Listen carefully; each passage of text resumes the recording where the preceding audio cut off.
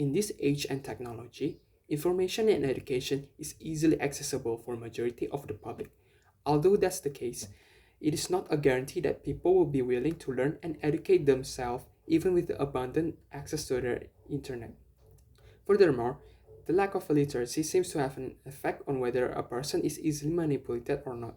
Your host believes that the act of believing in the afterlife is harmful to the public, but we believe that it doesn't address the core issue, which is manipulation.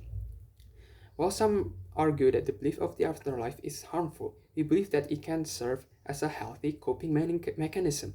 The harm you see isn't caused by the belief itself, but by a deeper problem. The person who uses this belief to justify harassing others or harming minorities often already have a radical mindset and a lack of logic. The belief isn't the root cause. It's a vehicle for the pre-existing harmful ideologies. Addressing the addressing the radicalism is the real challenge, not dismissing the belief itself.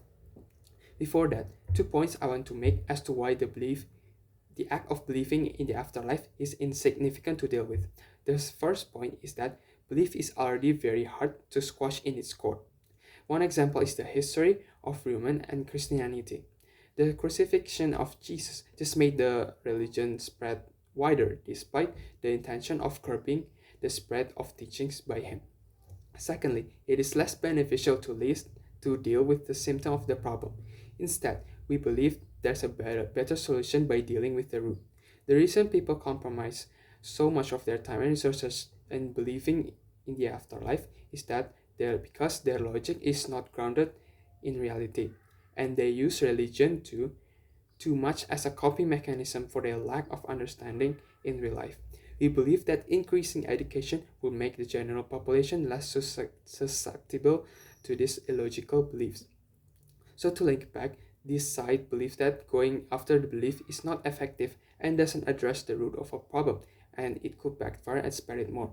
Instead, this side will offer another solution to avoid the root solution, to avoid the root problem, which we believe lacks common sense and manipulation, which is to increase education of the general public. First off, why do we believe the belief of the afterlife is not the root of the problem? It's because the belief itself is not harmful. Think of it as like a car crash analogy. It's not the car's fault that crashes happen. It's the driver's fault. In this belief, the parallel is that the chaos is caused by the belief is not caused by the belief's fault, but rather by the person causing the problems. Another analogy I want to make is with a gun. It's not the gun that kills, but rather the user behind the gun. Behind a study by E.D. Gumas, it is noted that America is an outlier behind gun casualties compared to other countries. We can compare it with the country Japan. Japan is a country that has guns that can be acquired by civilians. And based on that study, Japan is one of the lowest ranking in gun violence, despite uh, being the same country that you can acquire guns. One of the things that you said about religion is discrimination. Gay and queer people were getting kicked out of their houses. Black people were believed to not be able to enter heaven. We believe that belief stems from manipulation and not a concrete law to enter the afterlife. One of the beliefs of morality is to treat others based on how you treat yourself. It is one of the oldest rules on how to treat others. If someone is black, then there's no problem. If someone doesn't like the opposite gender, then what's the problem? Those immoral beliefs of treating some groups of humans as lower than humans were never the rules to enter the afterlife. No one knows the rules about the afterlife. To sum it up, we believe that the belief itself is not the problem, but instead can be used as a weapon for manipulation.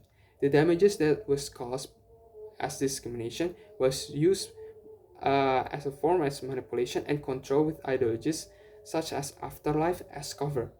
Even if we look at the belief of afterlife itself, it is inherently not a damaging thing and can even be used as a good coping mechanism instead.